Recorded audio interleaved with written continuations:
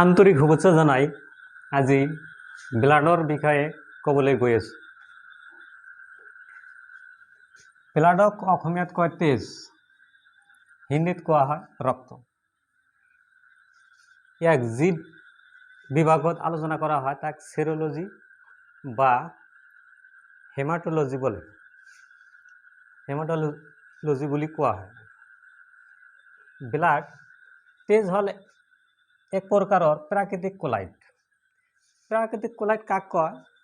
প্ৰাকৃতিক কোলাইট এনেকুৱা এটা বস্তু যি কাপড় বা কোনো বস্তুৰ মাজেৰে পাৰ হৈ যাবলৈ দিলে ই অলপ লাগি থাকে, গোটেইখিনি পাৰ হৈ নাযায়। ইয়াকে প্ৰাকৃতিক কোলাইট বুলি কোৱা হয়। এইটো আচলতে ডিফিনেশ্যন নহয়, আমি খালি সিৰ্ফ বুজিবৰ কাৰণে এইটো ক'লো। সংযোজক কলা, তেজ এবিধ সংযোজক কলা। সংযোজক কলা মানে গোটেই শৰীৰটোক আমাক সংযোগ কৰি ৰাখে, সেইকাৰণে ইয়াক সংযোজক কলা বুলি কোৱা হয়। তেজৰ pH হল 7.4। 7ৰ তলতখিনিক এচিড আৰু 7ৰ ওপৰে ফালে যি থাকে তাক ক্ষাৰ বুলি কোৱা হয়। সেইকাৰণে তেজৰ pH কিমান? 7.4। ই হল ক্ষাৰ। মেল পুৰুষৰ শৰীৰত 5.5 লিটাৰ থাকে আৰু মহিলাৰ শৰীৰত 5 লিটাৰ থাকে। তাৰ মানে এইটো এনেকুৱা হল পুৰুষৰ তুলনাত মহিলাৰ দেহত আধা লিটাৰ কম থাকে। আধা লিটাৰ তেজ কম থাকে। কিয় কম থাকে? যেহেতু মহিলাসকলৰ দেহত হিমোগ্লোবিন কম থাকে। হিমোগ্লোবিন কম থাকাৰ কাৰণে তেজ হাফ লিটাৰ কম থাকে, সিহঁতৰ দেহত কম হয়। হিমোগ্লোবিনত আয়ৰন থাকে। আয়ৰন থাকাৰ কাৰণে তেজৰ ৰং ৰঙা হয়। আয়ৰনক হিমাটিন বুলি কোৱা হয়। তেজৰ নিৰ্মাণ ক'ত হয়? এতিয়া আহিলো। তেজৰ নিৰ্মাণ তেজ তৈয়াৰ হয় ক'ত তৈয়াৰ হয়? লিভাৰত আৰু বন মেৰুত হয়। যেতিয়া ভ্ৰূণ অৱস্থাত থাকে তেতিয়া লিভাৰত নিৰ্মাণ হয়। ই তৈয়াৰ ক'ত হয়? লিভাৰত। যেতিয়া মাকৰ পেটত থাকে তেতিয়া ভ্ৰূণ অৱস্থাত যেহেতু তাত বন মেৰু তেনেকুৱা নাথাকেই বুলি ক'ব পাৰি, কিয়নো মাকৰ দেহত যেতিয়া থাকে কেঁচুৱা একেবাৰে সৰু, তাত হাড়বোৰ ইমান কোমল থাকে যে তাক এনে বেকা কৰিব পাৰি, সেইকাৰণে তাত অস্থিমজ্জা নাথাকে। সেইকাৰণে তেতিয়া ভ্ৰূণ অৱস্থাত অথবা মাকৰ পেটৰ পৰা জন্মৰ পিছত কেইমাহমান লৈকে লিভাৰতে তেজৰ নিৰ্মাণ হয়। আৰু যেতিয়া বয়স্ক আমাৰ নিচিনা জন্মৰ পিছত অলপ যেতিয়া কেইমাহমান যোৱাৰ পিছত বা যেতিয়া হাড়বিলাক অলপ শকত হৈ যায় তেতিয়া হাড়ৰ ভিতৰত অস্থিমজ্জাত তেজ তৈয়াৰ হয়, নিৰ্মাণ হয়। তাত তেজৰ আমি যেতিয়া মুৰ্গী খাওঁ তেতিয়া এনেকৈ হাড়বিলাক কামুৰিলে ভিতৰত এনেকা এনেকা দেখোঁ, দেখা পাওঁ, এইবিলাক ৰঙা হয়, ৰঙাৰ নিচিনা। তাতে তেজৰ নিৰ্মাণ হয়। এই তেজ এতিয়া তেজ জমা হৈ থাকে ন ক'ত? তেজ জমা হৈ থাকে আমাৰ দেহৰ পেটক আমি উদৰ বুলিও কওঁ। এই উদৰৰ স্প্লিনত থাকে। সেইকাৰণে স্প্লিনক ব্লাড অফ বেংক বুলিও কোৱা হয়, ব্লাডৰ বেংক। আৰু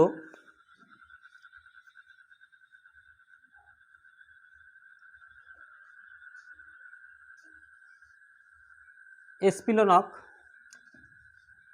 কবৰখানা বুলিও কোৱা হয়, কবৰস্থান। কিয়নো কিছুমান যেনে RBCত থকা, RBCত যেহেতু নিউক্লিয়াছ নাথাকে, সেইবিলাক তাত লাইসোজোমো নাথাকে। বেলেগ বেলেগ যেনে WBCত লাইসোজোম থাকে, তাত কি কৰে সিহঁতে লাইসোজোমে খাই পেলায় বা শেষ কৰি পেলায়। কিন্তু RBCত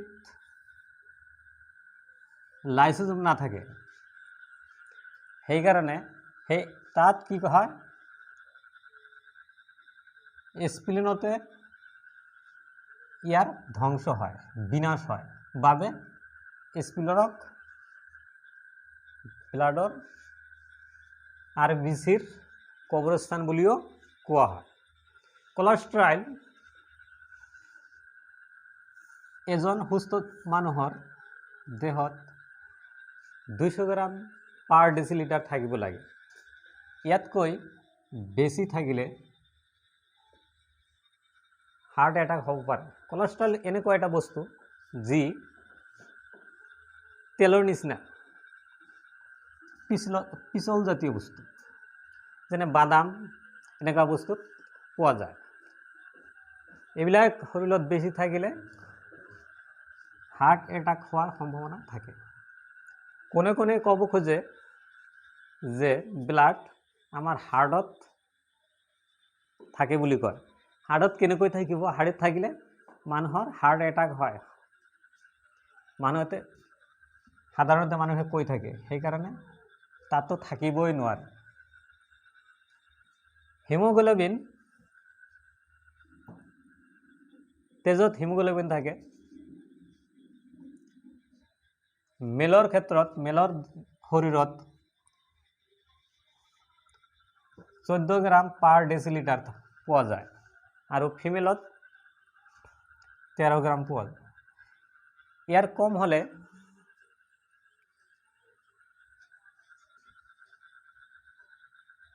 এনেকা থাকে। কেতিয়াবা কেতিয়াবা কম বেছি হ'লে ডক্টৰে ইয়াক পৰীক্ষা কৰি চায়। ইয়াৰ তাপমাত্ৰা 34 ডিগ্ৰী সেলসিয়াস। তেজৰ সঞ্চালনৰ বিষয়ে পোনপ্ৰথমে উইলিয়াম হাৰ্ভে চাহাবে এই বিষয়ে কৈছিল। তেজৰ কাৰ্য, তেজে তাপ নিয়ন্ত্ৰণ কৰে। আমাৰ দেহত আমি জীয়াই থাকিবলৈ হয় তেজ চলাচল কৰিব লাগিব। ইয়াৰ প্ৰেছাৰ থাকিব লাগিব। যেনে কোনো এটা বস্তু যদি এনে ঘঁহি থকা হয়, ই গৰম হৈ থাকে, এই কামটো কোনে কৰে? তেজে কৰে। আমি জানো যে তেজ গোটেই শৰীৰত অহৰহ গৈ থাকে, আহি থাকে, যোৱা অহা কৰি থাকে। সেইকাৰণে আমাৰ দেহটো সদায় উষ্ণ হৈ থাকে। আৰু কি কৰে? পাচিত খাদ্যদ্ৰব্য পৰিবহন কৰে। পাচিত মানে আমি যিবিলাক খাদ্যদ্ৰব্য খাওঁ, খাদ্য বস্তু খোৱাৰ পিছত,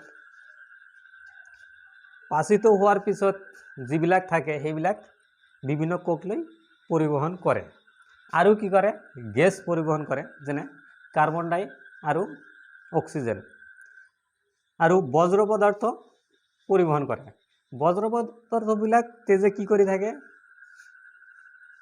লৈ গোটেই শৰীৰত ঘূৰি ফুৰে যেতিয়া বৃক্ষৰ কাষত যায় বৃক্ষই কি কৰে তেতিয়া ই বজ্ৰ পদাৰ্থবিলাক ৰাখি দিয়ে ই ত্যাগ কৰিব নোৱাৰে কোনে কৰে বৃক্ষই তাৰ পৰা লৈ ত্যাগ কৰে এতিয়া ব্লাডক প্ৰধানকৈ দুটা ভাগত ভগা হয় এটা হল প্লাজমা আনটো হল কৰ্পাস্কলছ ই হয় 60% ব্লাডত তেজৰ 30% আৰু এটো 40% কিতাপত কেতিয়াবা চাব 55% থাকে এতিয়া কথা হল প্লাজমাৰ বিষয়ে আমি বিশেষকৈ আলোচনা এতিয়া নকৰো প্লাজমা ব্লাডৰ পৰা ব্লাড সেল বাদ দিলে যি পোৱা যায় তাক প্লাজমা বোলে ই হালধীয়া বৰ্ণ হয় আৰু প্লাজমাৰ পৰা ফিব্ৰিনজেন আৰু প্ৰটিন বাদ দিলে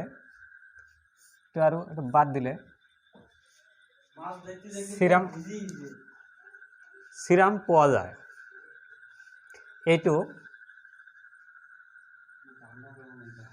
এনে হালধীয়া প্লাজমাবোৰ আছে এনে হালধীয়া আৰু যেতিয়া এইটো আৰু এইটো বাদ দিয়া হয় তেতিয়া আৰু হালকা হালধীয়া বৰণৰ হয় এইবিলাক মেডিসিনত ব্যৱহাৰ কৰা হয় ইয়াতে ৰোগী লৈ গলে এতক এই সিৰামৰ প্লাজমাৰ পৰা সিৰাম লৈ বিভিন্ন পৰীক্ষা নিৰীক্ষা কৰে এতিয়া প্লাজমাৰ বাহিৰে বাকি থকা অংশখিনিক তিনিটা ভাগত বিভক্ত কৰা হয় এটা হল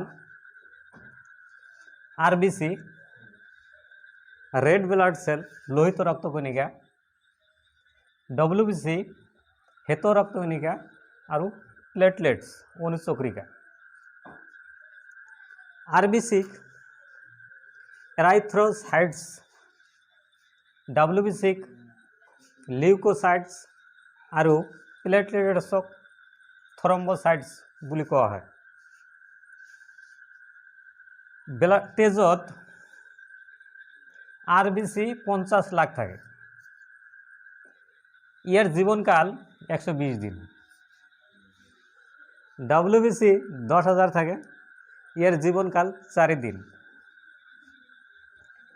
অনুচক্ৰিকা প্লেটলেটসৰ সংখ্যা 2 লাখ ইয়াৰ জীবনকাল 7 দিন এতিয়া কথা হল যে এইবিলাক মৰি গল শেষ হৈ গল শেষ হলে আকৌ আমি ৰক্ত আমাৰ শৰীৰত তেজ শেষ হৈ যাব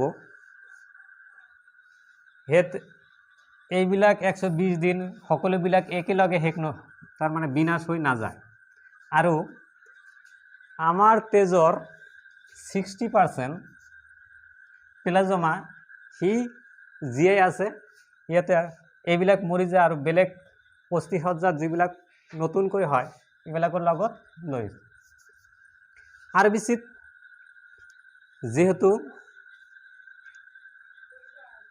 আৰবিসিত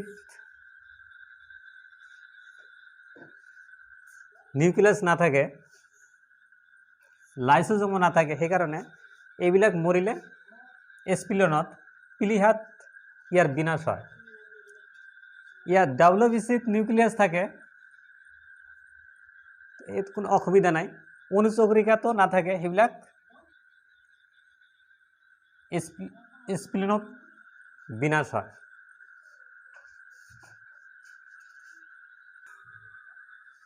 এবার কথা হল আরবিসির আকার গোলাকার ডিশৰ নিচিনা। কিহৰ নিচিনা? ডিশ। আমি যে ভাত খাওঁ তেনেকুৱা, মাজত অলপ ই RBC যিমান ওপৰলৈ যায় ই ডাঙৰ হয়। কি হয়? ডাঙৰ হয়। 4200 মিটাৰ ওপৰলৈ গ'লে RBC 30% বাঢ়ি যায়। তাৰ মানে কি হ'ল যে যিমানে ওপৰ ফালে যাব এইটো বাঢ়ি যাব, মানে এইটো ডাঙৰ হৈ যায়। ডাঙৰ হল ফলত কি হয় হৈ যায় 30% বাঢ়ি যায়। কিমান মিটাৰলৈকে? 4200 মিটাৰ ওপৰলৈ গ'লে ইয়াত 30% বাঢ়ি যায়। লাইসোজোম নাথাকে, সেইকাৰণে RBC কত বিনাশ হয়? কত? স্প্লিনত। স্প্লিনক RBCৰ কবৰখানা, কবৰস্থান বুলি কোৱা হয়। ইয়াত কেন্দ্ৰ নাথাকে, নিউক্লিয়াছ থাকিব নোৱাৰে, সেইকাৰণে ইয়াক DNA টেষ্ট কৰিব নোৱাৰি। মানুহৰ শৰীৰত ব্লাড যেতিয়া ব্লাড কম হয় তেতিয়া আমি ৰক্তহীনতা বুলি কওঁ। এই ৰক্তহীনতাৰ ফলত এমনিয়া বেমাৰ হয়। কি বেমাৰ হয়? এমনিয়া। কেতিয়াবা আপোনালোকে দেখা পাইছে না নাই? যিয়ে তাত বহি আছে ই নৰচৰ নকৰে, বুজিব লাগিব তাত তাৰ শৰীৰত আইৰণ কম আছে। আইৰণ কম মিন্স ব্লাড কম আছে। ব্লাড কম মানে কি? RBC কম আছে। RBC কম মিন্স হিমোগ্লোবিন কম আছে। হিমোগ্লোবিন কম মানে আইৰণ কম আছে। যদি আপোনালোকক অপশ্যন দিয়ে যে এমনিয়া বেমাৰটো কিহৰ কাৰণে হয়, ওপৰত অপশ্যন দিল ব্লাড, RBC, হিমোগ্লোবিন, আইৰণ, তাৰপিছত আৰু এটা অপশ্যন দিল যে ওপৰৰ আটাইকেইটা, তেনেহ'লে আটাইকেইটা আপোনাক যদি দিয়ে কি কৰিব? ব্লাড থাকিলে অপশ্যনত ব্লাড, যদি RBC দিয়ে RBC, হিমোগ্লোবিন দিলে হিমোগ্লোবিন, আইৰণ দিলে আইৰণ, যদি এইবিলাক সকলোবিলাক থাকে তেনেহ'লে কি কৰিম? ওপৰৰ আটাইবিলাক। সেইকাৰণে কি হয়? এমনিয়া বেমাৰ হয়। এমনিয়া বেমাৰ কি জানি? ৰক্তহীনতা। আমি ৰক্তহীনতা বুলি কওঁ, ৰক্ত কম হয়। এতিয়া ৰক্ত কম হৈ গ'লে এনেকা, মেলৰ ক্ষেত্ৰত প্ৰতি ডেচিলিটাৰত 13 গ্ৰাম থাকিব লাগে, আৰু ফিমেলৰ ক্ষেত্ৰত 13 গ্ৰাম থাকিব লাগে। পুৰুষৰ 14 গ্ৰাম, মহিলাৰ 13 গ্ৰাম থাকিব লাগে। যদি ইয়াতকৈ বেছি হয় পলিসাইটোমিয়া বুলি এটা বেমাৰ হয়। বেছি হলে এইটো বেমাৰ হয়, কম হলে এমনিয়া বেমাৰ হয়। এইটো সৰু ল'ৰা ছোৱালীবিলাকত যেতিয়া সৰু থাকে, বহি নাথাকে, চলে, দৌৰি কৰে, এনে কৰে। কিয় কৰে? তাৰ শৰীৰত আইৰণ জ্যাদা বেছি থাকে, তাত একো কম নহয়। হিমোগ্লোবিনে কি কৰে? আমাৰ শৰীৰত কোনো এটা কাম কৰিলে আৰম্ভণি কৰি দিয়ে। এতিয়া WBCৰ আকাৰ কেনেকুৱা অনিশ্চিত হয়। ইয়াত কেন্দ্ৰ থাকে, তেনেহ'লে DNA টেষ্ট কৰিব পাৰোঁ। লাইসোজোম থাকে, তেনেহ'লে যিবিলাক আঘাতপ্ৰাপ্ত ধ্বংস হৈ যায় সেইবিলাক কি কৰে? লাইসোজোমে শেষ কৰি দিয়ে, খাই পেলাই। WBCৰ কাম কি? বেমাৰৰ পৰা ৰক্ষা কৰে। কি কৰে? WBCত প্ৰধানকৈ 3টা ভাগত ভাগ কৰিব পাৰি। এটা হ'ল এণ্টিবডি। এণ্টিবডি মানে পুলিচমেনে ৰক্ষা, সিহঁতে পহৰা দিয়ে যে কোনে আহিলে কোনো দূষিত বা ক্ষতিকাৰক অনুজীৱ আমাৰ শৰীৰত সোমাল নেকি, এইটো দেখা শুনাৰ কাম কাৰ? এণ্টিবডি। এণ্টিবডি দেখাৰ পিছত যে আহিছে, কোনোবাই আহিছে, কি আহিছে? আহিলে কি হয়? লিম্ফোসাইটক খবৰ দিয়ে। লিম্ফোসাইটে আসলে ৰিয়েলিভাৰ অনুজীৱবিলাকক কোনে মাৰে? লিম্ফোসাইটে। লিম্ফোসাইটক টি সেল বুলি কোৱা হয়। টি নিচিনা, এই যে টি, এনে ধৰি মাৰি দিয়ে। বুজি পাইছে না নাই? তেনেহ'লে আমি বুজিলোঁ যে আমাৰ শৰীৰক ৰক্ষা কৰাৰ আচলতে ৰিয়েলি কোনে কৰে? লিম্ফোচাইটে কৰে। ইয়াক টি সেল বুলিও কোৱা হয়। আৰু ইটো মাৰি পেলালে তাৰপিছত লাষ্টটো কোনে খতম কৰি দিয়ে? মনোচাইটে। এই মনোচাইটে সেইকাৰণে মনোচাইট আটাইতকৈ ডাঙৰ। আৰু কেইটামান আছে সেইবিলাক এতিয়া নালাগে। তেনেহ'লে WBCৰ প্ৰধান ভাগ কেইটা? এটা দুটা এই তিনিটা আৰু আছে, এইবিলাক সকলো মিলি WBC হয়। তেনেহ'লে বেমাৰৰ পৰা ৰক্ষা কৰে কোনে? WBC। এতিয়া প্লেটলেটছৰ আকাৰ উত্তল লেন্সৰ নিচিনা এনেকা। ইয়াত কেন্দ্ৰ নাথাকে। কেন্দ্ৰ যদি নাথাকে এইবিলাক ধ্বংস হ'লে কোনে কি কৰে? স্প্লিনে ধ্বংস হয়। প্লেটলেটছৰ কাম কি? শক্তি প্ৰদান কৰা। শৰীৰত কোনে শক্তি প্ৰদান কৰে? প্লেটলেটছ। এইবিলাক পাওঁ ক'ত? এলোভেৰা, ছাগলীৰ গাখীৰ, যিমান ফল মূল আছে এইবিলাক যিমান খালে খাব পাৰি। এতিয়া মোৰ এটা উপদেশ হ'ল আপোনালোকক, বিশেষকৈ ছাত্ৰ ছাত্ৰী আৰু গাৰ্জেন লৈ, যদি কোনো ছাত্ৰই পঢ়া শুনাত বহিবই নিবিচাৰে তেনেহ'লে বুজিব লাগিব তাৰ শৰীৰত কি আইৰণ কম আছে। আৰু যদি কোনোবাই এনে যধে মধে সৰ্দি কাহ জ্বৰ কিবা কিবি বেমাৰত পৰি থাকে, কেইদিনমান যোৱাৰ পিছতে এটাৰ পিছত এটা আনটোৰ পিছত আনটো লাগি থাকে, তেনেহ'লে বুজিব লাগিব তাৰ WBC ঠিক নাই। আৰু যদি কোনোবাই পঢ়িবলৈ বহে ঠিকে কিন্তু বেছি টাইম থাকিব নোৱাৰে, তেনেহ'লে বুজিব লাগিব প্লেটলেটছৰ তাৰ শৰীৰত কম আছে। এটা কথা হ'ল ডক্টৰে হিমোগ্লোবিন কম থাকিলে সিহঁতে আইৰণৰ টেবলেট দিয়ে, কিন্তু এইটো আমি এনে কৰিব নোৱাৰোঁ। বেছি হ'লেও অসুবিধা, কম হ'লেও অসুবিধা। সেইকাৰণে কিমান আছে লাগে কিমান সেইবিলাক ডক্টৰৰ পৰামৰ্শ শুনি পৰীক্ষা কৰি আইৰণৰ গলি খাব লাগে, টেবলেট খাব লাগে। আৰু যদি প্লেটলেটছৰ কম থাকে তেতিয়াহ'লে এনে আপোনালোকে এলোভেৰা, ছাগলীৰ গাখীৰ, ফল মূল বেছিকৈ খালে ই বাঢ়ি যায়, ই শক্তি প্ৰদান কৰে। কিছুমান মানুহে এই কাম কৰি থাকে ভাগৰি নাযায়। কিয় নাযায়? সিহঁতৰ এইটো ঠিক আছে, প্লেটলেটছো ঠিক আছে, WBC ঠিক আছে, সি বেমাৰত নপৰেই। তেনেহ'লে বুজিব লাগিব WBC সম্পূৰ্ণ কাম কৰি আছে। RBC যদি আৰম্ভণি কৰিব নিবিচাৰে তেনেহ'লে কি বুজিব লাগিব? আইৰণৰ কমতি আছে।